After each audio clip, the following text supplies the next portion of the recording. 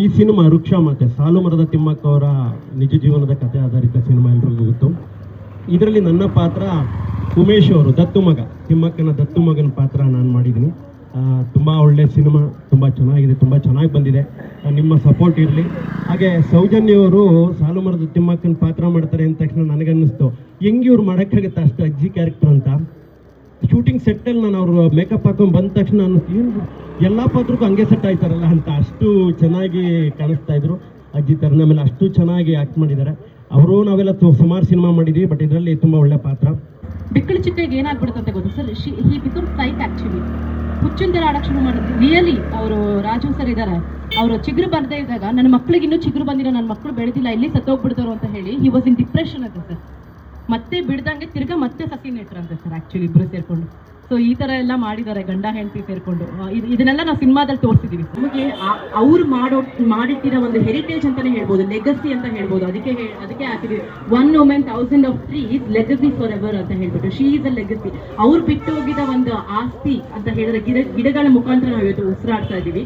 Okay, ಇವ್ರು ನಮ್ಮೆಲ್ಲರಿಗೂ ಮಾದರಿ ಆಗಿರ್ಬೇಕು ಸರ್. ಕಮರ್ಷಿಯಲ್ ಸಿನಿಮಾ ಎಲ್ಲರೂ ಮಾಡ್ತಾರೆ ಸರ್, ಕಮರ್ಷಿಯಲ್ ಸಿನಿಮಾಗೆ ಎಲ್ಲರೂ ದುಡ್ಡು ಹಾಕ್ತಾರೆ, ಏನೋ ಒಂದು ರಿಟರ್ನ್ಸ್ ಬರುತ್ತೆ, ಬಿಸ್ನೆಸ್ ಬರುತ್ತೆ ಅಂತ ಹೇಳ್ಬಿಟ್ಟು ದುಡ್ಡು ಹಾಕ್ತಾರೆ. ಆಸ್ ಅ ಪ್ರೊಡ್ಯೂಸರ್ ನಾನು ಹೇಳ್ತೀನಿ, ಇಂಥ ಸಿನಿಮಾಗಳು ಮಾಡಬೇಕು ಅಂತ ಹೇಳಿದ್ರೆ 2 ಗುಂಡಿಗೆ ಬೇಕೇ ಬೇಕು.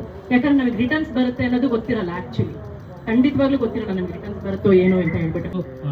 ಪಿ ಮೂರ್ತಿಯನ್ನ ಹೇಳ್ದಂಗೆ ಸೌಜನ್ಯ ಅವ್ರದ್ದು ಪರ್ಫಾರ್ಮೆನ್ಸ್ ಓರಿಯೆಂಟೆಡ್ ಅವರು 15 ವರ್ಷದಿಂದ ನೋಡಿದ್ರು. ಬಟ್ ನಾನು ಒಂದು ಕೋರ ಸಿನಿಮಾ ನೋಡಿದಾಗೆ ಅರ್ಥ ಆಗೋಯ್ತು she can do it well ಅಂತ. ಅದಕ್ಕೆ ವೃಕ್ಷ ಮಾತೆ ಅಂತ ಟೈಟಲ್ ಇಟ್ಟಿದ ತಕ್ಷಣ ನನಗೆ ಜ್ಞಾಪನ ಬಂದಿದ್ದು ಸೌಜನ್ಯ ಅವ್ರದ್ದೇ ಮಾಡಬೇಕು, ಅವರೇ ಮಾಡ್ಬೋದು ಅಂತ. ಅವರು 19 ವರ್ಷದಿಂದ 90 ವರ್ಷದವರೆಗೂ ಇದರಲ್ಲಿ ಆ್ಯಕ್ಟ್ ಮಾಡಿದ್ದಾರೆ. ಎಲ್ಲ ಇದಕ್ಕೂ ಏಜ್ಗೆ ಎಷ್ಟು ಗ್ಯಾಪ್ ಬೇಕು ಅದ್ರ ಪ್ರಕಾರ ನಾವು ಪ್ಲ್ಯಾನ್ ಮಾಡ್ಕೊಂಡು ಮಾಡಿದ್ದೀರಿ. ಸಿನಿಮಾ ಚೆನ್ನಾಗಿ ಬಂದಿದೆ ಅಂತ ನಾವು ಹೇಳ್ತೀರಿ, ಪ್ರೊಡ್ಯೂಸರ್ ಆಗಿ, ಡೈರೆಕ್ಟರ್ ಆಗಿ, ಹಾಗೆ ನಮ್ಮ ತಂಡದಲ್ಲಿ. ದಯವಿಟ್ಟು ಎಲ್ಲರೂ ಒಂದು ಸತಿ ಸಿನಿಮಾ ನೋಡ್ಬಿಟ್ಟು ಆಮೇಲೆ ನಿಮ್ಮ ಕಡೆಯಿಂದ.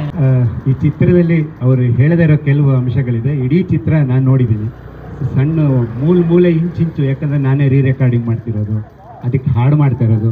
ಈ ಚಿತ್ರದ ವಿಶೇಷ ಏನಂದರೆ ಹಾಡು ಮಾಡಿ ಚಿತ್ರೀಕರಣ ಅಲ್ಲ, ಚಿತ್ರೀಕರಣ ಮಾಡಿ ಹಾಡು. ಸೊ ಇದು ನನಗೆ ಸವಾಲು. ಅದು ನೋಡ್ಕೊಂಡು ಹಾಡು ಮಾಡಬೇಕಾಯ್ತು. ಇದರಲ್ಲಿ 7 ಗೀತೆಗಳನ್ನು ಮಾಡಿದ್ದೀವಿ. 7 ಗೀತೆಗಳನ್ನು ಆ ಕಾಲದಲ್ಲಿ ಹೆಂಗಿತ್ತು ಅಲ್ಲಿಂದ ಹಂಗೆ ಟ್ರಾನ್ಸ್ಫಾರ್ಮೇಷನ್ ಥರ ಮಾಡ್ಕೊಂಡು ಈ ಕಾಲ ತನಕ ಬಂದಿದ್ದೀವಿ. ಈ ಪಿಕ್ಚರಲ್ಲಿ ಸೌಜನ್ಯ ಮತ್ತು ನೀನಾಸಂ ಅಶ್ವಥ್ ಅವರು ತಿಂದು ಹಾಕ್ಬಿಟ್ಟಿದ್ದಾರೆ, ನೀವು ನೋಡಬೇಕು. ಅವ್ರಿಗೆ ಪರಿಸರದ ಮೇಲಿದ್ದಂಥ ಕಾಳಜಿ, ಮರಗಳಿಂದ ಆಗ್ತಕ್ಕಂಥ ಪ್ರಯೋಜನಗಳ ಬಗ್ಗೆ ತಾವು ಅಗಾಧವಾಗಿ ತಿಳ್ಕೊಂಡು ಅವತ್ತಿನ ದಿವಸನೇ ಈ ಪರಿಸರ ಪ್ರಜ್ಞೆಯನ್ನು ಮೂಡಿಸುವಂಥ ಒಂದು ಅವರು ಇದರಿಂದ ಮುಂದೆ 100 ವರ್ಷ ಅಥವಾ 70-80 ವರ್ಷ ಕಳೆದ ನಂತರ ನಾನು ಇಷ್ಟೊಂದು ನನ್ನ ಎಲ್ಲರೂ ಗುರುತಿಸ್ತಾರೆ ಅಥವಾ ನಾನು ಸಮಾಜದಲ್ಲಿ ನನ್ನ ಇಷ್ಟೊಂದು ಪ್ರಶಸ್ತಿಗಳು ಹುಡ್ಕೊಂಡು ಬರ್ತವೆ ಅಂತನೋ, ಅದು ಯಾವುದೇ ರೀತಿಯ ಸ್ವಾರ್ಥ ಇದರಿಂದ ಅವ್ರು ಯಾವತ್ತೂ ಮಾಡಿದವರಲ್ಲ.